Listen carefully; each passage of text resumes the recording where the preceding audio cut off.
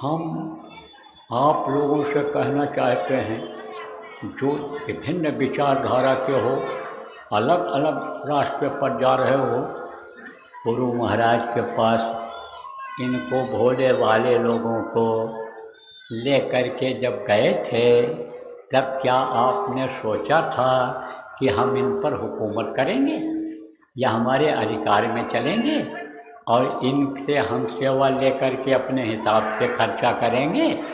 क्या आपने ये सोचा था?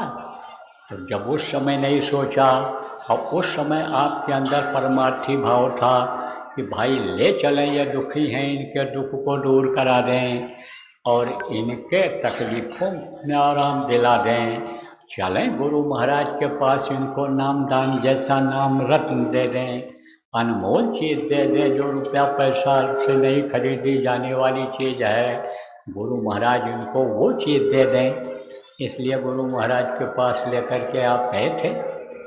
कहा था कि भगवान से मिलाते हैं हमारे गुरु महाराज, वो खुद भगवान रूप में इस धरती पर हैं, चलो उनके दर्शन करने से ही तुमको अनुभव हो जाएगा। तो हुआ तो तेरी नज़रों में कोई करामात है, हर समय होती अमृत की बरसात है, महात्माओं के आँखों से अमृत की बरसात होती है, दया की बरसात होती है, जब लेने वाला वैसा होता है, जिसके भाव जैसे होते हैं उसको वो देते हैं। कुछ लोग देखो गुरु महाराज के पास जब जाते थे और दया भरी नज़र से देख लेते थे तो उछल कूद करने लग जाते थे, एकदम खुश हो जाते थे, मालूम पड़ता था कि जैसे कौन सी निधि मिल गई। तो इस तरह से गुरु दया करते रहे और दया गुरु महाराज किए। वाणी से यानी सत्संग सुना करके बहुत से लोगों के अंदर बदलाव ले आए। गुरु महाराज छू करके स्पर्श करके लोगों को दया दिया, लेकिन अब वो दया से लोग महरूम हो गए। कर्म जो काट देते थे वो आप पे समझो उनके पास पहुँचते ही कर्म कट जाता था। सतगुरु के पास पहुँचने से ही, दया मांगने से ही कर्म कटते हैं, नहीं तो कर्मों की सजा मिलती है। कर्म फांस छूटे नहीं कहते करो उपाय, और सतगुरु मिले तो उबरे नहीं तो भटका खाए। तो जो सतगुरु मिल गए थे, गुरु महाराज मिल गए थे, तो कर्म इतने नहीं थे, लोगों के कट जाते थे, साफ हो जाता था। तो इतनी बीमारियां थीं जो इस समय हैं, इतना लड़ाई झगड़ा होता था, इतने मुकदमे चलते थे, इतने तलाक के और दहेज के मुकदमे चलते थे, औरतें क्या जलकर मरती थीं, फांसी लगाकर मरती थीं, आदमी क्या घर छोड़कर भगता था? नहीं था। और सत्संगियों में ये चीज़ अब बहुत देखने को मिल रही है, दुनियादारों में तो है ही है। तो आखिर उसका कारण क्या है?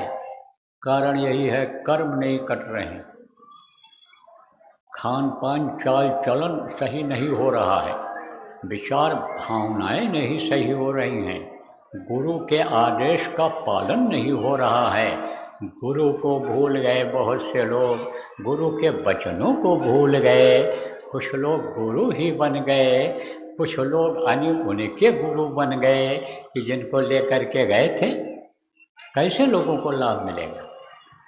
अरे वक्त गुरु को खोज तेरे भले की कहूँ।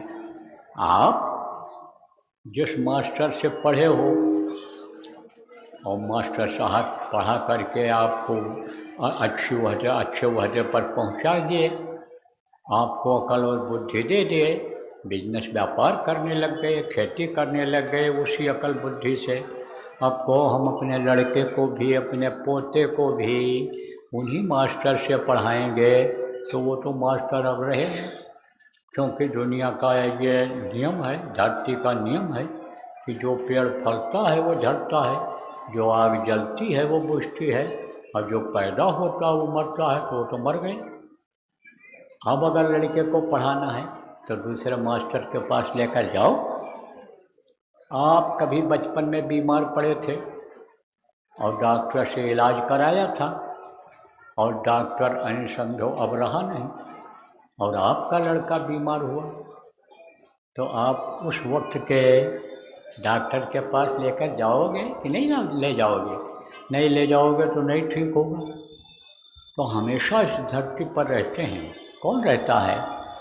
गिरी बदरिया पाप की बरस गई अंगार, और संत न होते जगत में जल मरता संसार। यह संसार खत्म हो गया होता अगर संत न होते। हमेशा रहते हैं। कभी गुप्त रूप में रह कर के संभाल करते रहते हैं। जब अत्याचार पापाचार दुराचार ज़्यादा बढ़ जाता है तब घूम घूम करके लोगों को बताते समझाते हैं, खान पान सही करते हैं, चरित्र सुधार की बात करते हैं, चरित्र सुधरवाते हैं। आप ये समझो हर चीज़ को बताते सिखाते हैं। अपने घर को अपने प्रभु को याद करने के लिए बताते हैं जिनको आप भूल चुके हो। मौत को याद दिलाते हैं कि किराए के मकान की तरह से ही ये छूट जाएगा, और जब ये शरीर छूटेगा कोई चीज़ साथ नहीं जाएगी, सब कुछ यहीं रह जाएगा, इसलिए कुछ वहाँ के लिए भी करो। तो वो कौन होते हैं? वो प्रगट संत होते हैं। वो आप ये समझो नित्य अवतार हुआ करते हैं। तो आप ये समझो प्रेमियों बच्चों और बच्चियों, हमेशा इस धरती पर रहते हैं, लेकिन धरती के नियम के अनुसार उनको भी शरीर छोड़ना रहता है।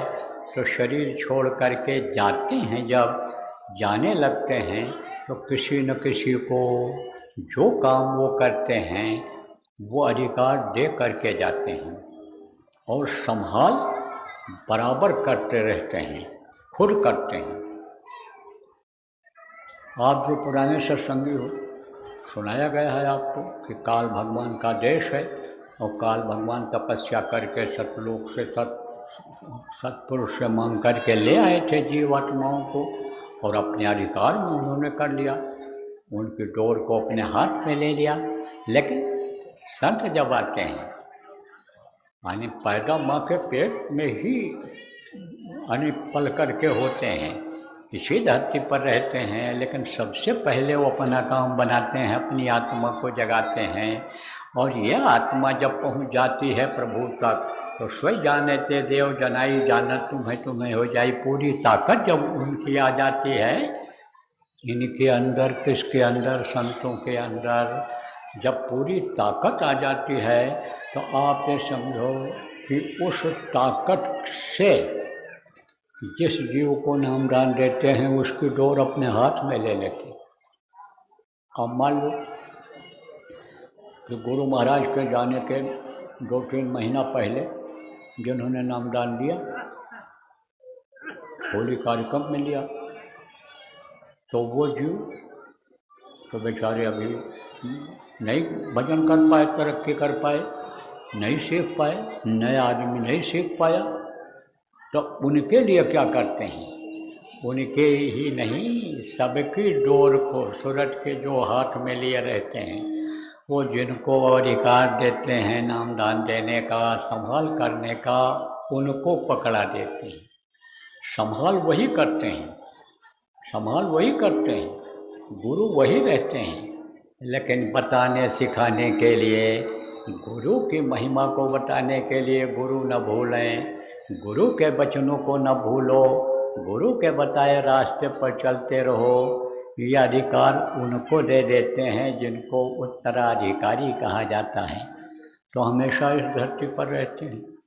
तो गुरु महाराज देखो प्रेमी, जाने से पहले ही, लगभग 5 साल पहले ही, मुझे ना चीज़ को खड़ा करके ऐसे मंच के बगल में और कहा था, यह हैं उमाकांत तिवारी, ये नए लोगों को नामदान देंगे और पुरानों की संभाल करेंगे। यही नहीं, और भी बातें कही थी कि देखो मैं बुढ़ा हो गया, और कहा कि गुरु महाराज हमारे चले गए, उनके लड़के भी सब बुढ़े हो गए, और कुछ दिन के बाद अभी वो भी चले जाएंगे, और मेरा भी शरीर बुढ़ा हो गया, तो इस दुनिया का नियम ही यही है, जाना पड़ेगा।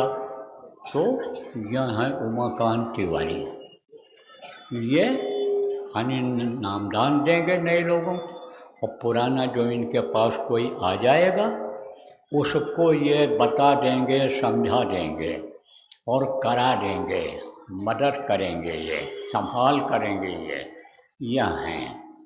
और जब ये जाने लगेंगे तब जिसको समझेंगे साधक है, अच्छा है, ठीक है, उसको ये अधिकार ये बता देंगे कि अब ये करेगा।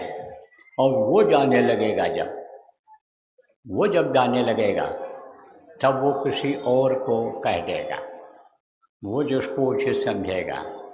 और अगर वो उस काबिल नहीं कोई हुआ तो ये फिर चुप हो जाएगा।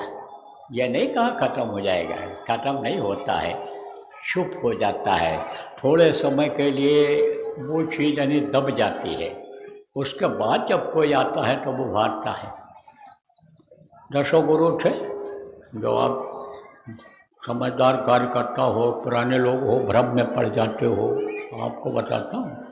10 गुरु थे तो यह ख़त्म हो रहा था 5 नाम का ये नामदान।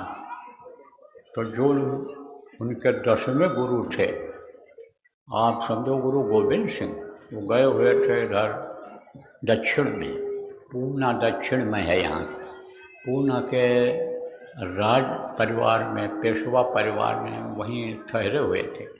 तो वहीं पर उन्होंने नाम, इन 5 नामों को बताया था। वही श्यामराव जी महाराज, श्यामराव जी नाम था उनका, राजकुमार थे राज परिवार के, जिनको तुलसी साहिब कहा गया है। कोई दक्षिणी बाबा कहता था, यहीं हाथरस में रहते थे। उन्होंने फिर उसको बढ़ाया और फिर उसके बाद में उनके शिष्य जो शिवदयाल जी महाराज थे, उन्होंने उसको कुछ बढ़ाया। गरीब साहब आए, उन्होंने भी बढ़ाया। इधर विष्णुदयाल जी महाराज थे, गौरलाल जी महाराज थे, इन लोगों ने भी बढ़ाया। आप ये समझो, बहुत मेहनत तो ये नहीं किए, मौज इनकी ऐसी थी, लेकिन ऐसे को तैयार कर दिया इन्होंने कि जैसे देखो बगीचा होता है तो कोई बगीचे में फल, कोई पेड़ में फल कम लगा रहता है, और कोई बगीचा में पेड़ जो होता है फलों से एकदम लगा हुआ रहता है। उसकी डालें बिल्कुल मालूम पड़ती हैं, फल से लदे हुए डाल के, कि जैसे मालूम पड़ रहा है ये ज़मीन को छू ले। ऐसा पौधा तैयार कर देते हैं, ऐसा पौधा तैयार कर दिया दादा गुरु जी महाराज ने, गुरु महाराज को, कि गुरु महाराज ने इतने लोगों को नामदान दिया कि इस दुनिया में आज तक जितने संत आए किसी ने नामदान नहीं दिया। और नामदान ही नहीं दिया, और रास्ता ही नहीं बताया, और रास्ते पर चलाया, और कितने जीवों को मंजिल तक पहुंचा दिया। अब वो इस दुख के संसार में दुख झेलने के लिए आने वाले नहीं हैं।